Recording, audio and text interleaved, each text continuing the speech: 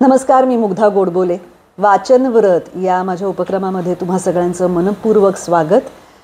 वाचनाची आवड असणाऱ्यांसाठी आणि आवड असूनही ज्यांना वाचायला वेळ मिळत नाही अशांसाठी मी हा उपक्रम सुरू केला आहे. चातुर्मासात आपण इतर अनेक व्रतं पाळतो, त्याप्रमाणे आपण हा वाचनाचा एक वेगळा उपक्रम करून बघूया. हेही एक व्रत आपण अंगीकारूया, ज्यामध्ये आपण रोज काहीतरी वाचण्याचा प्रयत्न करूया. आणि तुम्हाला वाचायला वेळ मिळत नसेल तर तुम्ही ऐका.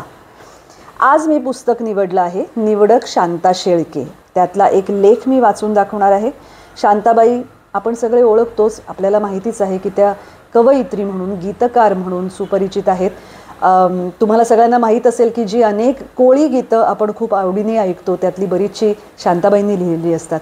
या व्यतिरिक्त त्यांनी कथा, कादंबरी, व्यक्तिचित्रण, समीक्षात्मक लेखन, अनुवाद सुद्धा खूप केलेले आहेत.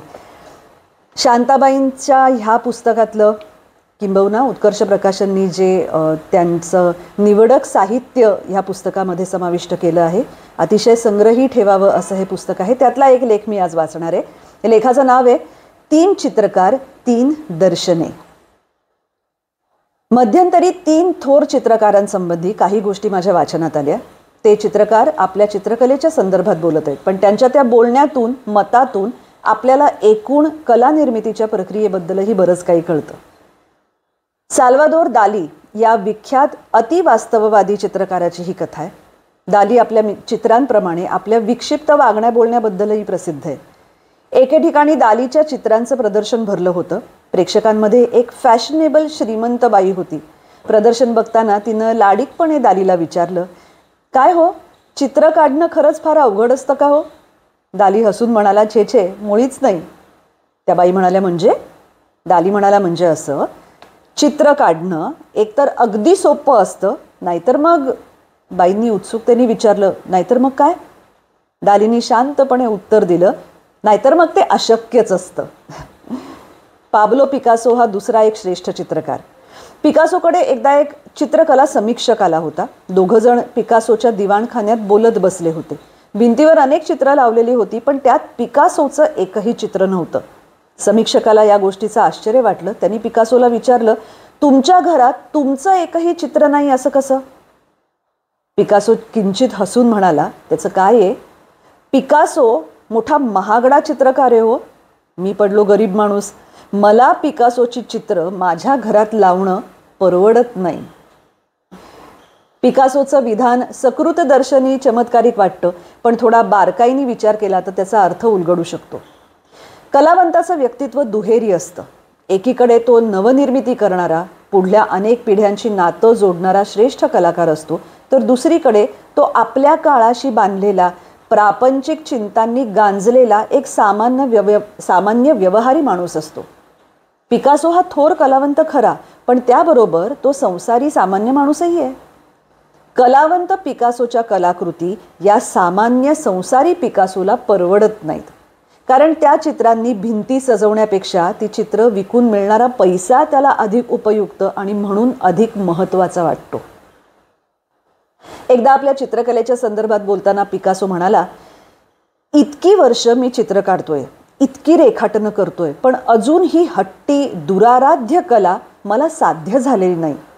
एखादं लहान मूल कागदावर वेड्या वाकड्या रेघोट्या ओढतं, त्याच्या त्या रेखाटनात जी सहजता, सौंदर्य आणि जोम असतो, त्यातलं काही मला जमत नाही. आणि याचं कारण ठाऊक आहे का? प्रत्येक मूल हे जन्मजात प्रतिभावंत असतं. जसजसं वय वाढत जातं तसतशी त्याची ती प्रतिभा ओसरत जाते. पण जी हाताच्या बोटांवर मोजण्या इतकी मुलं आपली प्रतिभा जन्मभर टिकवतात, त्यांच्यामधून जगातले श्रेष्ठ प्रतिभावंत निर्माण होत असतात. केशवसुतांनी प्रौढत्वी निज शैशवास जपणे बाणा कवीचा असे उद्गार काढलेत. त्याचा अर्थ असाच नाहीये का? तिसरी कथा आहे होकुसाईची. जपानमध्ये 19व्या शतकात होकुसाई हा प्रतिभाशाली कलावंत होऊन गेला. लाटा हे अप्रतिम चित्र या होकुसाईच्याच कुंचल्यातून उतरलंय. G.A. कुलकर्णी यांनी आपल्या एका कथेत या चित्राचा मार्मिक संदर्भ दिलाय. सर्प फणेसारखी वळलेली प्रचंड लाट आणि तिच्या खाली लहानशा होडग्यात दाटीवाटीनी बसलेली प्राणभयानी आक्रंदन करणारी असहाय्य नगण्य माणसं असं हे चित्र होकुसाईच्या प्रतिभेचं उत्कृष्ट प्रत्यंतर आणून देतं. कलावंत म्हणून आपली कशी वाढ होत असते हे होकुसाईनी आपल्या फुजी पर्वताची 100 दर्शने या चित्रमालिकेच्या प्रारंभी निवेदन केलंय. यात होकुसाई म्हणतो, वयाच्या 6व्या वर्षापासून वस्तूंचं आकार रेखांकित करण्याचा मला नाद लागला.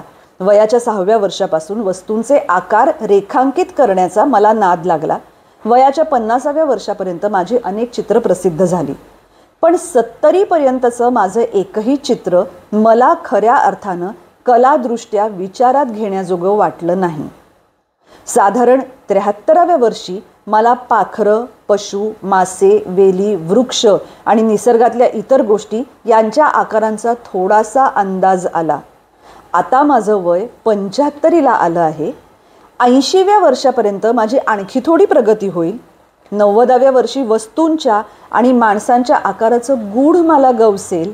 100 उलटल्यावर मी खरोखर उत्तम चित्रकार होईन आणि देवा शपथ सांगतो 110व्या वर्षी माझ्या कुंचल्यातून उतरलेल्या रेषेलाच नव्हे तर एका बिंदूला देखील अस्सल जिवंतपणा प्राप्त होईल.